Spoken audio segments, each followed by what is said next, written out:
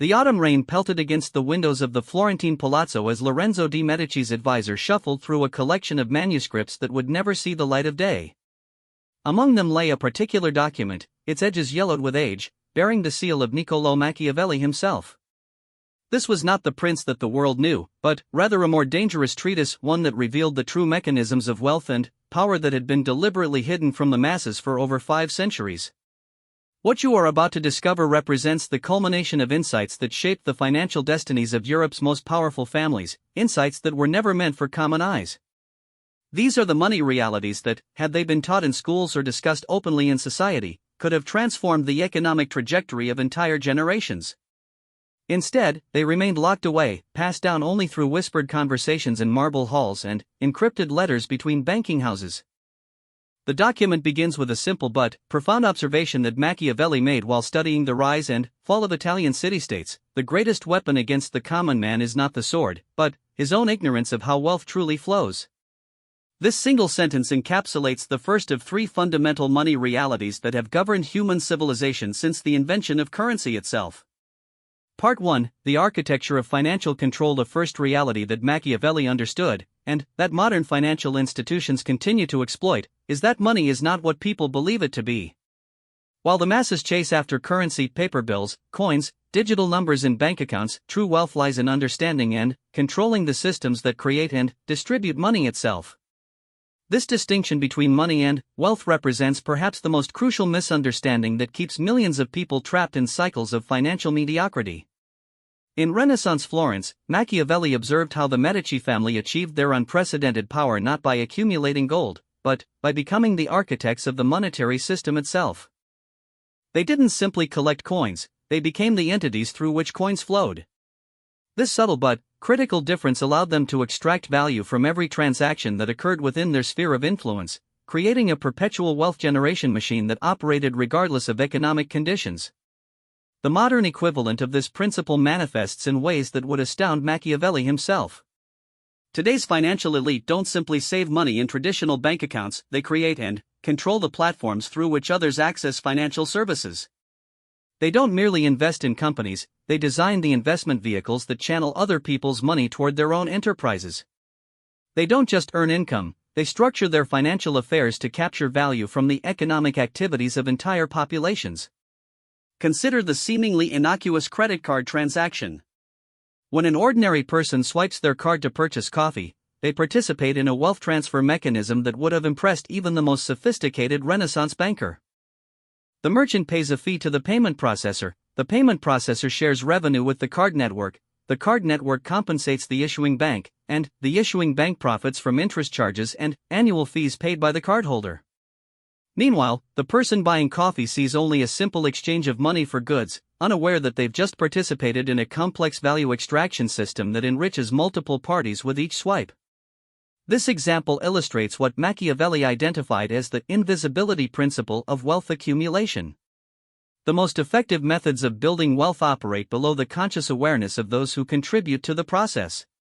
Just as medieval peasants understood that they owed taxes to their lord but couldn't comprehend the entire feudal system that made such arrangements inevitable, modern consumers understand individual financial transactions but remain blind to the overarching architecture that governs their economic lives. The credit card example represents just one node in a vast network of such systems. Insurance policies, subscription services, investment fees, banking charges, and countless other financial mechanisms all function according to the same principle. They extract small amounts of value from large numbers of people, concentrating that value in the hands of those who control the systems themselves. Machiavelli's notes reveal that he recognized this pattern not as an accident of economic evolution, but as a deliberate design feature of sophisticated financial control. The ruler who can make his subjects pay willingly, he wrote, has achieved what no army could accomplish through force. This insight proves remarkably prescient when applied to modern consumer behavior, where people eagerly sign up for financial services that systematically transfer their wealth to corporate shareholders. The key distinction that separates those who build wealth from those who merely earn money lies in their relationship to these systems. Average earners participate in the systems as consumers, paying fees and charges while receiving services. Wealthy individuals learn to position themselves as system operators, collecting fees and charges while providing those same services to others. The transformation from system participant to system controller represents the fundamental shift that creates lasting financial success. This shift requires understanding that every major economic activity operates through intermediary layers that capture value during transactions.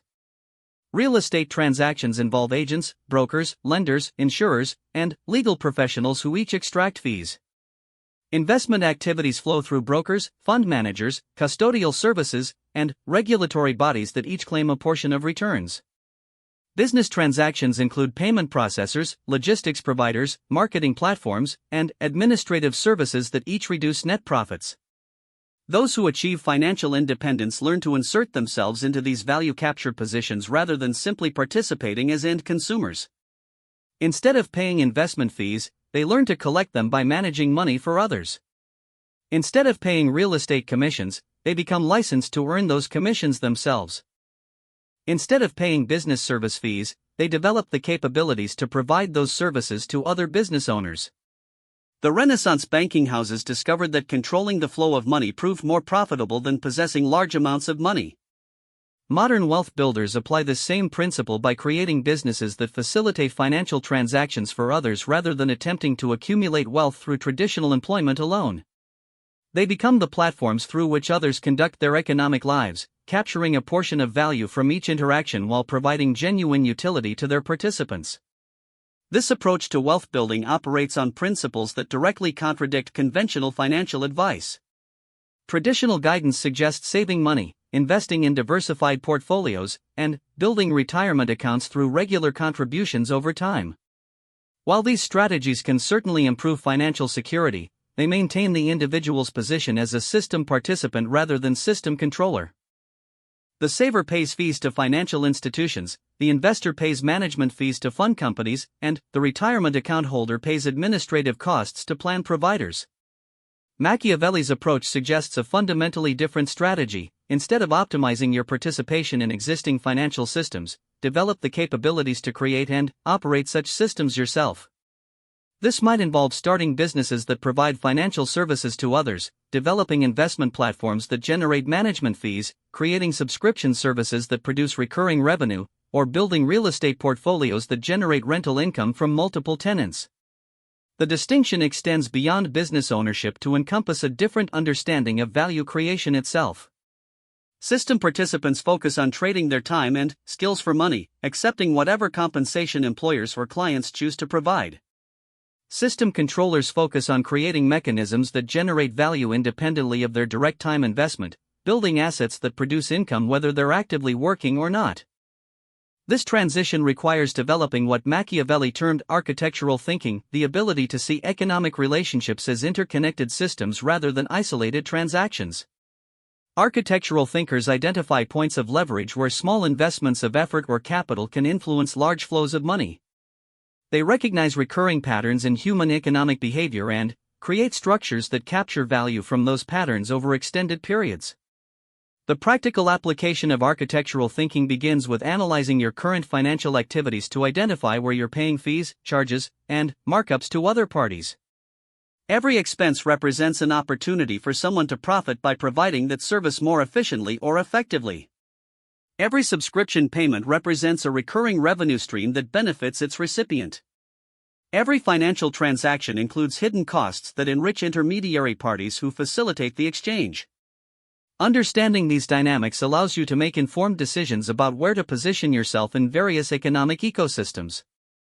Rather than automatically accepting the role of fee payer and service consumer, you can evaluate opportunities to become a fee collector and service provider in markets where you possess relevant knowledge or capabilities.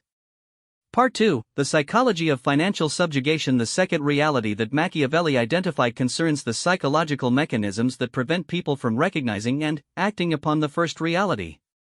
Even when individuals understand that financial systems are designed to extract value from participants, most continue participating in those same systems rather than developing alternatives.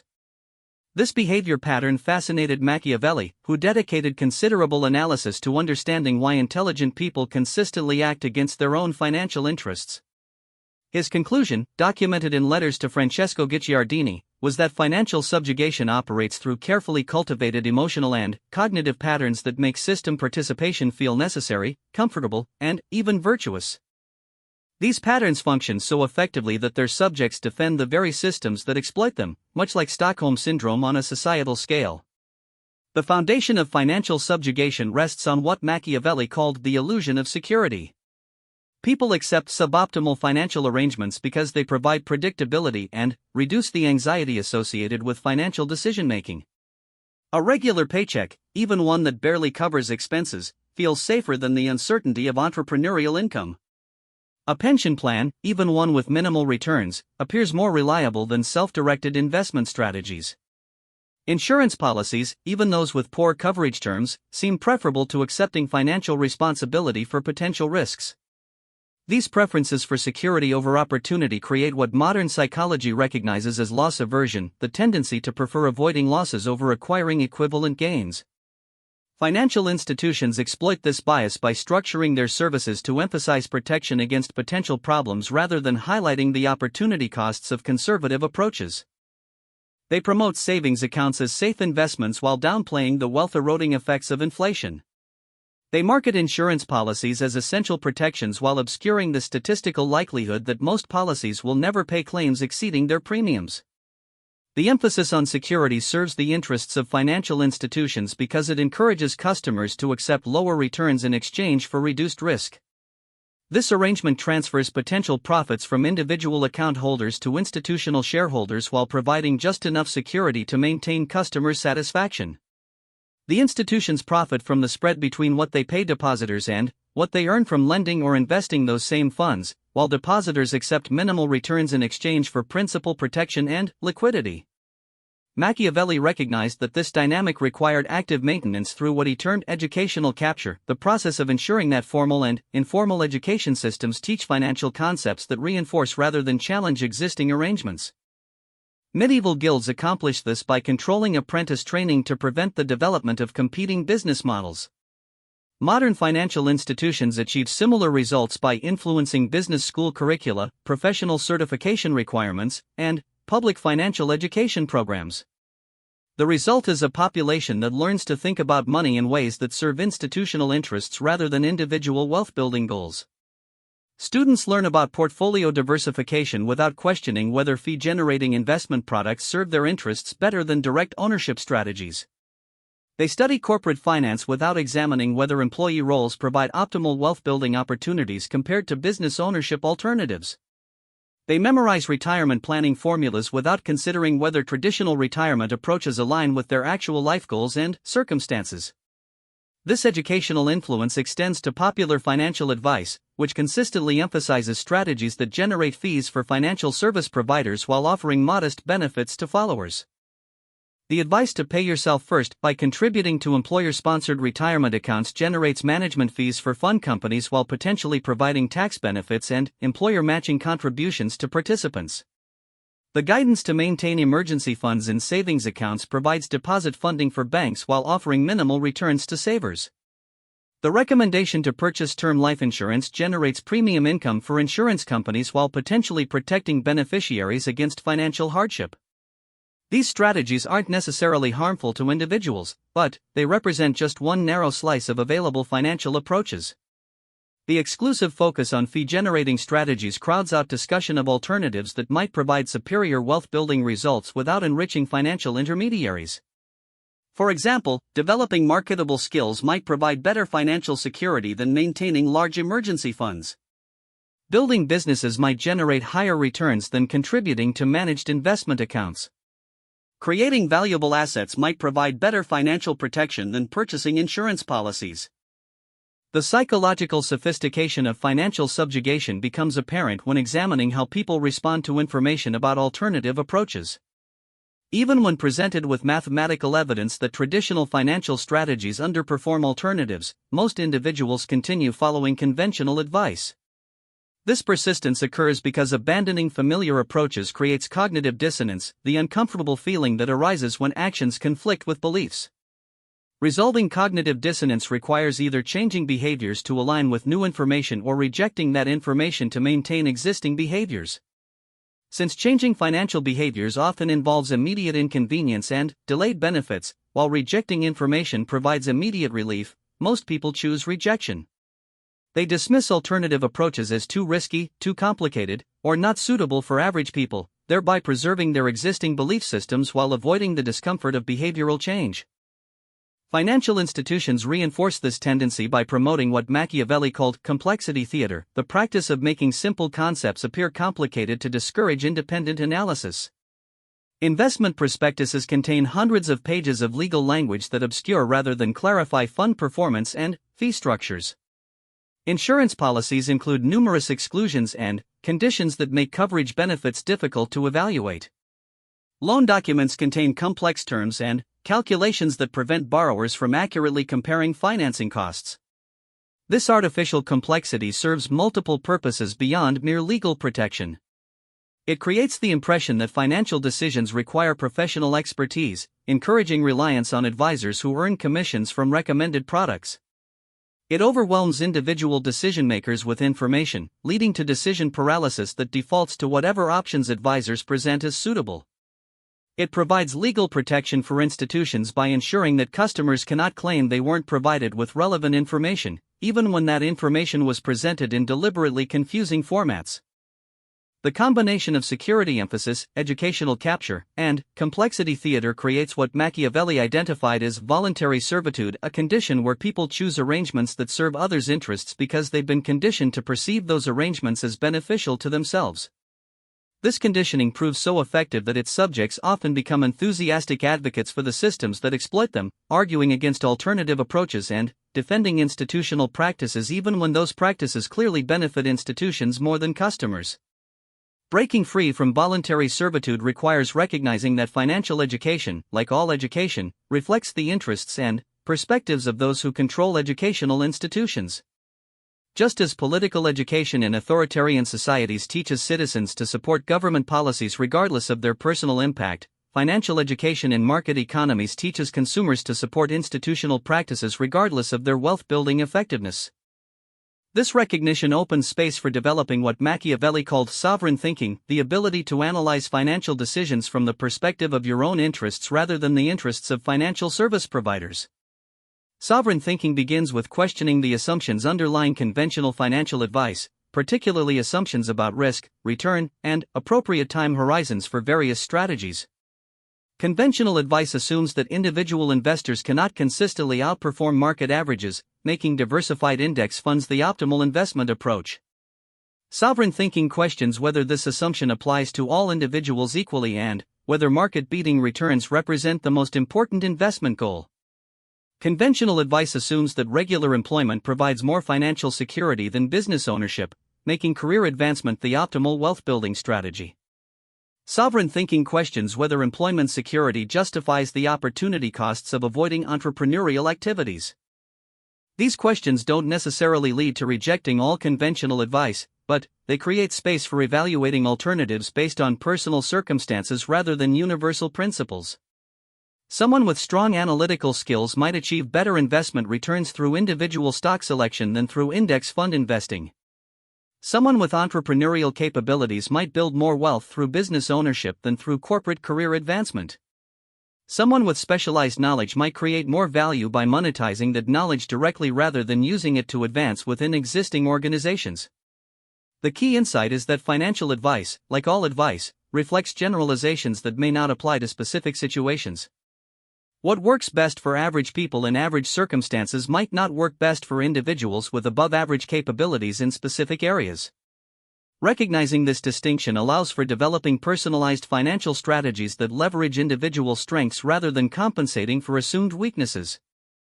Developing sovereign thinking also requires understanding that financial service providers, like all businesses, design their offerings to maximize their own profits rather than customer outcomes. This doesn't make them evil or fraudulent, but it does mean that their recommendations reflect their business interests as well as customer needs. A commissioned sales representative has financial incentives to recommend products with higher commission rates. A fee-based advisor has incentives to recommend strategies that require ongoing professional management. A financial institution has incentives to promote products that generate recurring revenue streams. These incentive conflicts don't necessarily make professional financial advice worthless, but they do suggest the importance of understanding how advisor compensation structures influence the advice they provide. Fee-only advisors who charge hourly rates have different incentives than commission-based representatives who earn money from product sales. Fiduciary advisors who are legally required to act in client interests have different obligations than suitability standard representatives who must only recommend appropriate products. Understanding these distinctions allows for making informed decisions about when to seek professional advice and how to evaluate the recommendations that advisors provide. It also highlights the importance of developing independent financial knowledge rather than delegating all financial decisions to outside professionals, regardless of their qualifications or compensation structures. Part 3, The Alchemy of Wealth Creation. The third reality that Machiavelli documented represents perhaps his most profound insight into the nature of wealth itself. After years of observing how fortunes were built, maintained, and lost among Italy's ruling families, he concluded that sustainable wealth creation operates according to principles that fundamentally differ from those taught in conventional economic theory. These principles, which he termed the alchemy of wealth, describe how individuals transform ordinary resources into extraordinary returns through the application of specific knowledge and strategic thinking. Unlike medieval alchemists who sought to transform base metals into gold through mystical processes, Machiavelli's wealth alchemy operated through entirely practical mechanisms that anyone could understand and apply. The mystical element lay not in supernatural intervention but in the profound shift in thinking required to recognize and act upon opportunities that others overlooked or dismissed as impossible. The foundation of wealth alchemy rests on understanding that value exists independently of the materials or labor used to create it. A painting becomes valuable not because of the cost of canvas and pigments, but because of the artistic vision that guides their application. A business becomes valuable not because of its physical assets, but because of the systems and relationships that generate ongoing profits. A piece of real estate becomes valuable not because of construction costs, but because of its location and the uses to which it can be applied. This distinction between cost and value creates arbitrage opportunities for those who can recognize and exploit the differences. Machiavelli observed that the most successful merchants bought goods in markets where they were considered common and sold them in markets where they were considered rare. The same physical items commanded dramatically different prices depending on the knowledge, preferences, and circumstances of different buyer populations. Modern wealth creation operates according to these same principles, though the specific mechanisms have evolved considerably. Instead of transporting physical goods between geographic markets, today's wealth creators identify value disparities between different knowledge domains, customer segments, or distribution channels. They recognize that the same solution might be worthless in one context and extremely valuable in another, depending on the specific problems that different groups need to solve. Consider the entrepreneur who develops a software application for managing restaurant inventory. The application itself consists of code that costs virtually nothing to reproduce once it's been written. However, the value of that code depends entirely on its usefulness to restaurant owners who struggle with inventory management problems. If the software saves restaurant owners more money than it costs, they'll be willing to pay substantial subscription fees for access to it. The difference between the reproduction cost of the software and the subscription fees it generates represents pure profit that results from applying technical knowledge to solve business problems.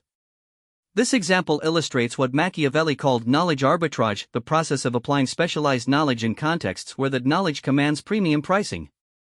The software developer profits not from superior access to code libraries or development tools, which are available to many people, but from understanding both the technical capabilities of software development and the specific business problems faced by restaurant owners. The combination of these knowledge domains creates value that neither domain could produce independently. Knowledge arbitrage opportunities exist wherever specialized expertise meets unmet market needs. A financial analyst who understands both investment principles and emerging technology trends might create valuable advisory services for technology investors. A marketing professional who understands both digital advertising strategies and local business challenges might develop profitable consulting services for small business owners. A healthcare professional who understands both medical procedures and patient communication might create educational programs that command premium pricing from healthcare institutions. The key to identifying knowledge arbitrage opportunities lies in developing what Machiavelli termed combinatorial thinking, the ability to recognize how different knowledge domains might be combined to create value that exceeds the sum of their individual contributions. Most people develop expertise within single domains and apply that expertise in conventional ways within familiar contexts. Combinatorial thinkers deliberately seek intersections between different domains, looking for ways to apply knowledge from one area to solve problems in another. This approach requires maintaining curiosity about fields outside your primary expertise while developing deep knowledge within your chosen specialization. A software developer who also studies psychology might discover opportunities to create applications that address mental health challenges. An accountant who also understands real estate investing might develop tax optimization strategies for property investors. A teacher who also understands business operations might create educational programs for corporate training departments. The profit potential of combinatorial thinking increases with the degree of separation between the knowledge domains being combined.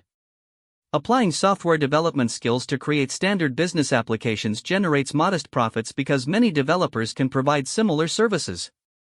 Applying software development skills to address specialized problems in fields like medical device manufacturing or aerospace engineering generates higher profits because fewer developers understand both software development and the specific requirements of these industries. Machiavelli observed that the greatest fortunes resulted from identifying what he called structural inefficiencies, situations where existing systems failed to deliver optimal value to their participants. These inefficiencies created opportunities for individuals who could design better systems to capture value by improving outcomes for everyone involved. The most successful merchants didn't simply buy and sell existing products, they created new trading relationships that benefited both suppliers and customers while generating profits for themselves. Modern wealth creators apply this same principle by identifying industries, processes, or markets where current solutions fail to meet participant needs effectively. They then develop improved approaches that create value for all parties while capturing a portion of that value as profit. This might involve creating more efficient distribution channels, developing better communication platforms, designing superior financial instruments, or establishing improved service delivery methods. The identification of structural inefficiencies requires understanding systems thinking, the ability to analyze complex interactions between multiple components and identify points where small changes might produce large improvements. Systems thinkers look beyond obvious problems to understand the underlying causes that create those problems. They recognize that solving superficial symptoms often fails to produce lasting improvements, while addressing root causes can transform entire industries or markets. For example, many businesses struggle with customer service quality, leading to customer complaints and lost revenue. The obvious solution involves hiring more customer service representatives or providing better training to existing staff. However, systems thinking might reveal that poor customer service results from inadequate information systems that prevent representatives from accessing relevant customer data quickly. Solving the information system problem could improve customer service more effectively than hiring additional staff, while also reducing operational costs and creating competitive advantages. Identifying such opportunities requires developing what Machiavelli called architectural vision, the ability to see how entire systems might be restructured to produce superior outcomes. Architectural vision differs from conventional problem solving in that it focuses on designing new approaches rather than optimizing existing ones. Instead of asking how current methods might be improved, architectural thinkers ask how desired outcomes might be achieved if current constraints were removed. This perspective opens possibilities that remain invisible to conventional thinking. A conventional approach to improving education might focus on better teacher training, smaller class sizes, or updated textbooks. An architectural approach might question whether classroom-based instruction represents the optimal learning environment for all students, leading to innovations like online education, peer-to-peer learning networks, or competency-based assessment systems. The wealth creation potential of architectural thinking increases with the size and importance of the systems being reimagined. Improving small business processes might generate modest profits for consultants who implement those improvements. Reimagining entire industries might generate enormous wealth for entrepreneurs who successfully develop superior alternatives to existing approaches. However, architectural thinking also requires accepting higher levels of uncertainty and longer time horizons than conventional business approaches. Creating new systems typically involves more complexity and risk than optimizing existing ones. It requires convincing multiple parties to adopt unfamiliar approaches rather than simply offering better versions of familiar solutions. Success often depends on factors beyond the entrepreneur's direct control, including regulatory changes, technology developments, and shifts in customer preferences. Machiavelli understood that sustainable wealth creation required balancing architectural ambition with practical implementation capabilities. The most successful wealth creators combined visionary thinking with incremental execution, developing transformative ideas while building them through manageable steps that reduced risk and generated early profits. They created what he called evolutionary revolutions, changes that ultimately transformed entire systems while appearing to be modest improvements at each stage of development. This approach allows wealth creators to test their architectural visions against market realities while building the resources and relationships necessary for larger-scale implementation. It provides opportunities to refine their understanding of system dynamics through direct experience rather than theoretical analysis alone. It also generates cash flow and credibility that can be applied to fund and support more ambitious developments over time. The practical application of evolutionary revolution begins with identifying small-scale opportunities to implement aspects of larger architectural visions.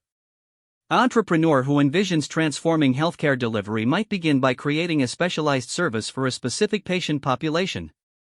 An innovator who imagines revolutionizing education might start by developing improved learning tools for a particular subject area. A visionary who sees opportunities to reimagine financial services might launch with solutions for a specific customer segment. These initial implementations serve multiple purposes beyond generating immediate profits. They provide opportunities to test assumptions about market needs and customer preferences. They create learning experiences that inform the development of more sophisticated solutions. They build relationships with customers, partners, and stakeholders who might support larger initiatives.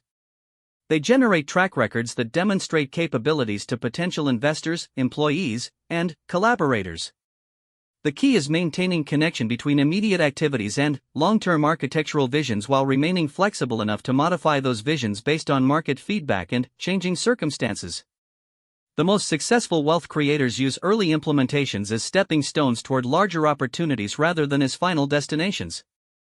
They view initial successes as validation of their general approach rather than confirmation that their specific plans should remain unchanged.